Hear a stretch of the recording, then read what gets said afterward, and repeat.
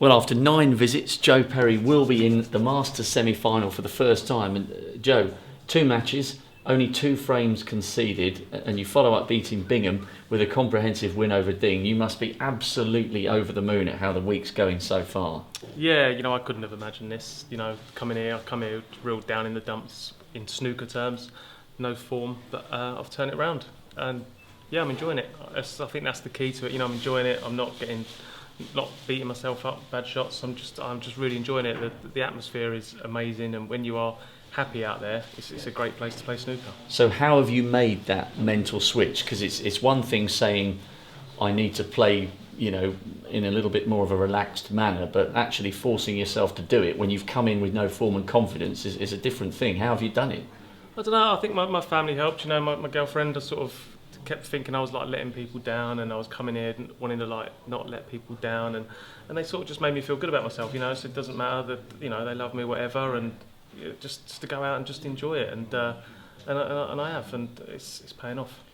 Bearing in mind all that Ding has achieved in the sport, even though you've been in a UK Championship semi-final and a very memorable World Championship semi-final, where does getting through to the last 4 tonight stand in your all-time achievements? Quite near the top? Yeah, definitely. It's right up there. Obviously, my tournament win, the big one, will always be the highlight.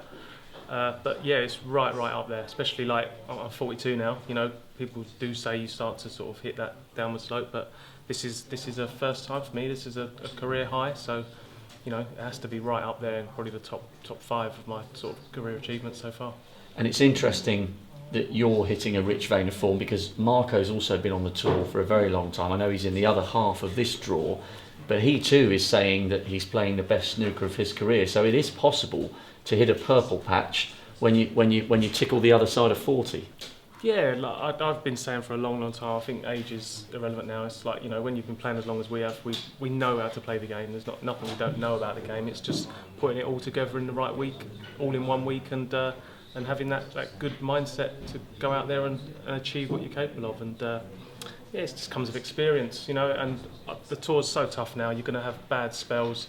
It's just how you perform when you're in a good vein of form, whether you can pick up a couple of trophies or pick up some money points wise. So bearing in mind you're playing Barry, as you've said, your best mate on the tour, do you think that will make it harder or easier to enjoy the occasion? Because it will be a Saturday night, live on TV on BBC and Eurosport, with the prize a place in one of the sports showpiece finals.